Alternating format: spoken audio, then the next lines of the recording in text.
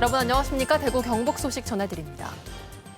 정부가 민생 소비 쿠폰을 지급하면서 전국 지자체의 재정 부담이 가중되고 있습니다.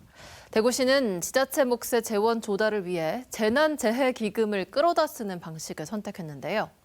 가뜩이나 재정 여건이 열악한데 신공항 같은 사업은 지방채 발행도 검토하고 있어서 시 재정 운용에 비상이 걸렸습니다. 박재영 기자가 취재했습니다. 민생 회복 소비 쿠폰과 관련한 대구 지역 전체 예산은 1, 2차 합쳐 모두 6,800여 원입니다. 국가와 지자체가 9대 1의 비율로 분담한 뒤 이를 광역시와 구군이 다시 절반씩 부담합니다. 이렇게 대구시와 9개 구군이 떠맡아야 하는 예산은 각각 340여 원으로 대구시는 재난관리기금과 재구호기금을 끌어다 쓰기로 했습니다.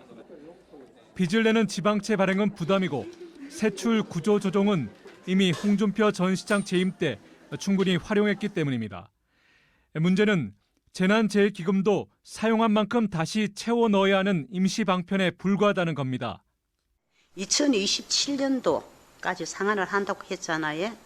그럼 그때까지 우리 400원이라는 돈이 단기간 내에 그렇게 상환할 수 있는 그게 됩니까? 우리 대구시의 재정으로서. 지금 일단 지방채까지를 포함한 재원 조달 방안, 그다음에 내년도 지방세 우리가 지방세 세입의 추정 시기를 다 고려해가지고 하여튼 최대한 조속하게 좀. 대구시의 재정 자립도는 지난해 기준 39.1%로 전국 평균 48.6%보다 훨씬 낮습니다. 특히 지역사랑 상품권에 해마다 200억 원의 예산이 소요될 것으로 예상되고 신공항, 신청사 건립 등의 지방채 발행까지 검토하고 있어 대구시 재정은 악화 일로에 놓여 있습니다. 불효불급한 예산이 들어갈 것도 참 많아요. 지금 동료 의원님들이 지적을 많이 하다시피. 근데 진짜 이 매칭분 때문에 뭐 다른 걸 하지도 못해요. 이 매칭이란 결국은 다 저희 시민들 세금이죠. 대구시 재정 관리에 경고음이 울리는 상황을 더는 방치해서는 안 된다는 목소리가 커지고 있습니다. MBC 뉴스 박재영입니다. 오늘 오전 대구에서는 현장 체험학습을 가던 초등학생들이 탄 버스 2대 등 차량 4대가 잇따라 추돌을 하는 사고가 났습니다. 이 사고로 학생 16명이 다쳐 병원으로 옮겨졌습니다. 변예주 기자가 보도합니다. 버스 앞유리가 산산조각 났습니다. 창문 밖으로는 사고 잔해가 나뒹굽니다. 가방을 맨 초등학생들이 사다리를 타고 깨진 창문으로 빠져나오고 갓길에 서서 새 버스를 기다립니다. 사고가 난 버스 2대에는 초등학생 5학년과 선생님 등 70여 명이 타고 있었습니다. 이른 아침부터 모여 현장 체험학습을 가던 길이었습니다. 제 가방에 있던 키링 막 부서지고 약간 다크서클 있는 부분도 찢어지고요. 어떤 애는 이제 그게 트라우마 남아서 차만 봐도 막 몸이 떨린다고요. 오늘 오전 8시 50분쯤 서대구 신천대로 서대구나들목 인근에서 통근버스와 승용차, 학생들이 탄 버스 2대가 잇따라 부딪혔습니다. 이 사고로 초등학생 16명이 타박상 등 경상을 입어 병원으로 옮겨졌습니다. 학생들이 안전벨트를 매고 있어서 그나마 큰 피해를 막을 수 있었습니다. 항상 학생들이 안전벨트를 올바르게 체결하고 있는지 확인하고 출발하고 했습니다. 상상을 못했는데 어쩌면 그게 오늘 학생들이 좀 큰 사고로 이어지지 않은 계기가 됐지 않았나 생각합니다. 경찰 조사 결과 맨 뒤에서 달리던 버스가 정체로 멈춰있던 차량 3대를 잇따라 들이받은 걸로 파악됐습니다. 경찰은 버스 운전자가 주행 중 안전거리를 확보하지 못한 걸로 보고 있습니다.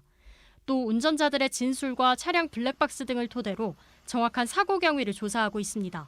MBC 뉴스 변예주입니다. 수도권과 비수도권의 의료 격차 갈수록 심화하고 있죠. 개선 체계 하나로 지역 의사제가 거론되고 있는데요. 의사 양성 기간 학비를 지원하고 대신 10년 동안 의무적으로 지역에서 근무하도록 하는 겁니다. 여당과 정부는 이번 정기국회에서 지역 의사제 법안을 처리한다는 방침인데 새로운 의료 정책에 대한 의료계 반발이 이번에도 만만치가 않습니다. 보도에 조재한 기자입니다. 상급 종합병원 하나 없는 경북은 대표적인 의료 취약지로 꼽힙니다. 지자체 자체적으로 의사를 고용하거나 대구와 같은 대도시 의료진을 파견받으며 의료 공백을 메우고 있지만 역부족입니다. 필수 의료 인력 관련돼서 이제 시군에서 채용할 때 예산을 직접적으로 지원하는 게 있고요. 대구권에 있는 이제 대학병원들하고 연계해서 저희가 부족한 의료 인력들을 계속 파견받거나. 수도권과 비수도권 의료 격차가 갈수록 심화하는 가운데 정부와 여당은 대안으로 지역의사제와 공공의대 설립을 추진하고 있습니다. 공공의대 출신이나 의대 정원의 일부를 지역의사 전형으로 뽑아 학비를 지원하고 대신 10년간 지역에서 의무적으로 근무하도록 하자는 겁니다. 올해 정기국회에서 법안 통과를 목표로 하고 있습니다. 지역의사제 이런 것들이 보통 굉장히 오랜 시간이 걸려야 의사들이 나오지 않습니까? 법 속도를 좀 내야 되지 않겠냐. 그래서 하루 이틀 논의한 것도 아니고. 의료계에서는 의료계와의 충분한 논의 과정이 있어야 한다며 그렇지 않을 경우 지난 정부의 무리한 의대 증원 정책과 다를 바 없다며 부정적 의견을 나타내고 있습니다. 특정 지역에서 10년 이상 의무 복무를 강제함으로써 헌법상의 거주 이전의 자유를 침해하는 문제를 어떻게 해결할 것인가? 지역의사 면허를 별도로 부여하고자 한다면 기존 의사 면허와의 관계를 어떻게 설정할 것인가? 변변한 병원은 물론 보건소조차 제대로 운영한데 진료 한 번 받기 위해서는 다른 지역으로 가야 하는 의료 취약지는 점점 더 늘어나고 있습니다. 이런 가운데 지역의사제가 지역 간 의료 격차를 줄이는 대안이 될지 또 다른 의정 갈등으로 이어질지 정기국회 기간 내내 논란이 이어질 전망입니다. MBC 뉴스 조재환입니다. 포항시가 발주한 하수관로 공사 현장에서 사고가 잇따르고 있습니다. 부실한 안전관리가 원인으로 보이는데 이 사고를 당한 주민은 피해 보상조차 제대로 받지 못하고 있습니다. 박성아 기자가 취재했습니다. 오토바이 헬멧을 쓴 남성이 절뚝이며 대문 안으로 들어섭니다. 이 남성의 집 앞 도로에는 부직포가 깔려 있고 그 위에 검은색 오토바이가 쓰러져 있습니다. 포항에 사는 김일환 씨는 지난 6월 자신의 오토바이를 주차하다 부직포가 밀리면서 오토바이에 깔리는 사고를 당했습니다. 오토바이 스탠드를 오토바이를 대기 위해서 했는데 부직포에서 위에서 오토바이가 중심을 잃으면서 미끄러져 가지고 사고가 난 도로에선 포항시가 발주한 하수관로 보수 공사가 진행 중이었습니다. 그런데 임시로 덮어놓은 부직포가 제대로 고정이 안 돼 있어 오토바이가 미끄러지며 넘어진 겁니다. 하반신을 크게 다친 김 씨는 2천만 원을 들여 2차례 수술을 받고 석 달째 제대로 걷지 못하고 있습니다. 하지만 김 씨는 아직 피해 보상조차 받지 못했습니다. 김 씨는 부실한 현장 관리 탓에 부직포가 밀리면서 발생한 사고가 더 있다며 분통을 터뜨립니다. 한 차가 아마 브레이크를 잡아가지고 뭐 미끄러져가지고 쭉 해가지고 한쪽으로 해가 박혀 있고 그 상황을 보고는 바로 건설에서 전화해가지고 정말 이런 식으로 사고가 났는데 또 이런 식으로 또 계속 무방 방치하느냐. 업계 관계자는 비포장 도로의 경우 부직포가 단단히 고정되도록 각별히 신경 써야 한다며 안전조치와 관리 감독이 부실했다고 지적합니다. 도로 굴착을 하고 나면 당연히 부직포는 덮고 어떤 방법을 써서라도 고정을 하고 지나가는 행인들이나 뭐 차량, 오토바이 이런 데는 방해가 없더라고요. 해당 시공사는 당시 부직포를 고정하기 위해 골재를 올려놨으며 피해 보상은 피해자의 진술이 명확하지 않아 지연되고 있다고 말했습니다. 포항시는 정확한 사고 경위를 확인해 조치할 예정이라고 밝혔습니다. MBC 뉴스 박성아입니다. 하루 임대료가 1,000원인 포항형 공공주택 시대가 열렸습니다. 청년 신혼부부를 시작으로 근로자 또 고령자로 점차 확대되는데요. 시행 첫 해인 올해 공급이 100세대에 불과해서 신청이 저조할 거라는 예상을 깨고 접수 첫날 신청이 쇄도했습니다. 김기영 기자입니다. 포항시청에 마련된 천원주택 예비 입주자 모집장이 북적입니다. 하루에 1,000원, 한 달 3만 원으로 최초 2년, 최장 4년간 거주할 수 있는 획기적인 보금자리 혜택 때문입니다. 현재 월 33만 원 원룸에 살고 있는 청년은 절감하는 30만 원을 고금리 청년 희망 적금에 넣어 내 집 마련을 앞당기겠다는 당찬 계획입니다. 30만 원이라는 이득을 보는데 그 이득으로 이제 적금을 넣어서 이제 금리도 세고 그렇게 해서 내 집 마련에 조금. 올해 100호 5년간 500호로 확대할 계획인데 경쟁률이 높아 신청한 청년들은 조금 초조한 기색입니다.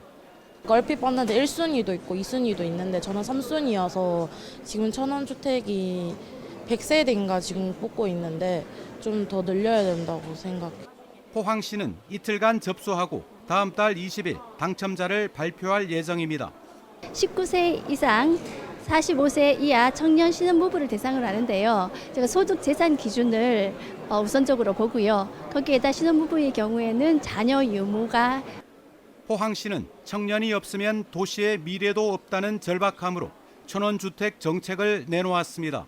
우리 포항뿐만 아니라 주요 거점 도시에 시행이 되면은 수도권 집중을 많이 완화시킬 수 있는 또 지방 소멸을 막아 나갈 수 있는 하나의 정책이 되지 않을까. 청년 신혼부부 중심의 천원주택은 2030년까지 근로자, 다자녀 가구, 고령자에게도 3,500호 공급됩니다.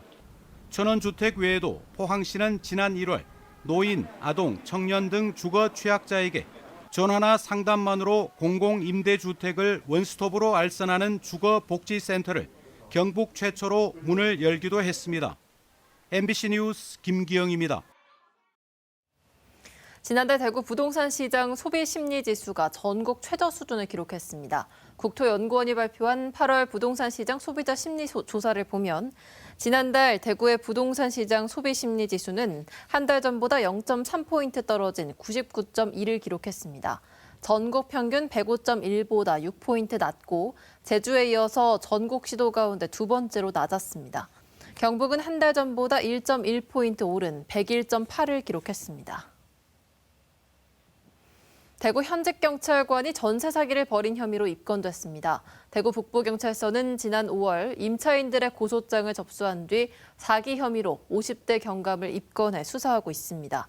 해당 경감은 올해 1월 자신이 소유한 대구 북구 구엄동의 한 다세대 주택 임차인 3명의 전월세 계약이 끝나고도 보증금 3억 8천만 원을 돌려주지 않은 혐의를 받습니다.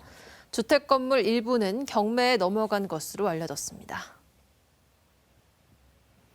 대구 가톨릭대와 로봇기술 선도기업 HD 현대로보틱스가 지난 12일 본교 효성 캠퍼스 내에 대구 경북 로봇 교육센터를 구축했습니다. HD 현대로보틱스는 산업용 로봇 및 제어기 6세트를 기증하고 전문 강사진을 파견해 현장 수준의 실무 교육을 지원하고 대구 가톨릭대는 기계공학과를 중심으로 센터를 운영하며 학생과 졸업생, 재직자 등 지역 인재를 대상으로 로봇 조작 실습 과정을 운영합니다. 구미경찰서는 음주운전 차량만 노려 사고를 내고 합의금을 뜯어낸 혐의로 24살 남성을 붙잡아 조사하고 있습니다. 이 남성은 지난달 11일 구미의 한 유흥가 술집에서 나와 차를 모는 운전자를 퀵배달 오토바이를 몰고 쫓아가 일부러 들이받은 뒤 합의금으로 300만 원을 챙긴 혐의를 받고 있습니다. 경찰은 이 남성에게 고의 사고를 당하고 금품을 빼앗긴 피해자가 더 있는 것으로 보고 조사 중입니다. 김재용 대구시 의원은 반복되는 재난의 본질은 인재라면서 대구시에 재난관리 책임제를 도입할 것을 촉구했습니다.